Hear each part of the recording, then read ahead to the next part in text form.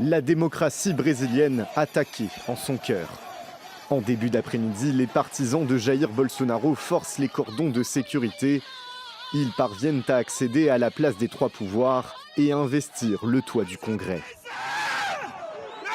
Sur ces images, les supporters de l'ancien président d'extrême droite tabassent un policier chargé de garder les lieux. Quelques minutes plus tard, les bolsonaristes cassent des vitres. Les lieux du pouvoir brésilien sont envahis. L'hémicycle du Sénat, la Cour suprême et même le palais présidentiel. Ici, on voit le Congrès inondé à cause de l'activation d'un système anti-incendie. Une protestation violente contre l'arrivée au pouvoir il y a une semaine de Lula. En déplacement à Sao Paulo, le président de gauche prend la parole et menace les émeutiers. Il n'existe pas de précédent en ce qui concerne les actes de ces personnes. Et pour cela, ces personnes doivent être punies. Nous allons découvrir ceux qui financent ces vandales qui sont allés à Brasilia. Ils seront punis avec toute la force de la loi pour ce geste irresponsable, pour ce geste antidémocratique et ce geste de vandalisme fasciste. Lula a décrété l'intervention fédérale jusqu'au 31 janvier.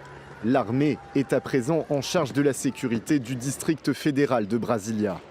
Sur place, les forces de sécurité reprennent un à un les bâtiments modernistes construits par Oscar Niemeyer. L'invasion des lieux du pouvoir brésilien a duré plus de 3 heures. Selon plusieurs médias, des centaines de bolsonaristes ont été arrêtés par la police lors de cette journée d'émeute. C'est une Brasilia groggy qui s'est réveillée ce lundi. Vitres brisées, stands cassés, des rues entières saccagées. La place des trois pouvoirs, juste devant le Congrès, porte encore les stigmates des affrontements de la veille qui ont vu des milliers de militants d'extrême droite mettre à sac les institutions de la République. Selon les autorités, près de 1500 personnes ont été arrêtées. La police a également démantelé un campement improvisé devant le quartier général de l'armée près de la capitale, qui servait de base arrière pour près de 3000 bolsonaristes.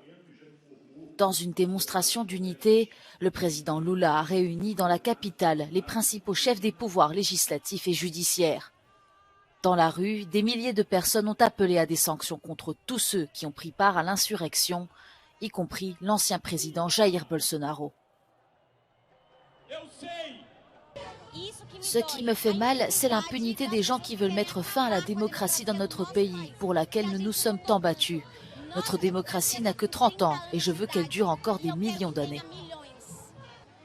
J'ai peur que d'autres événements similaires ne se reproduisent, mais ça n'arrêtera pas notre combat, ça ne m'arrêtera pas.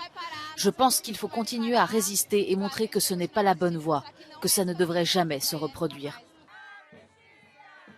Plusieurs chefs d'État ont apporté leur soutien à Lula. Le nouveau président brésilien a même été invité par son homologue américain Joe Biden à une rencontre à la Maison-Blanche le mois prochain.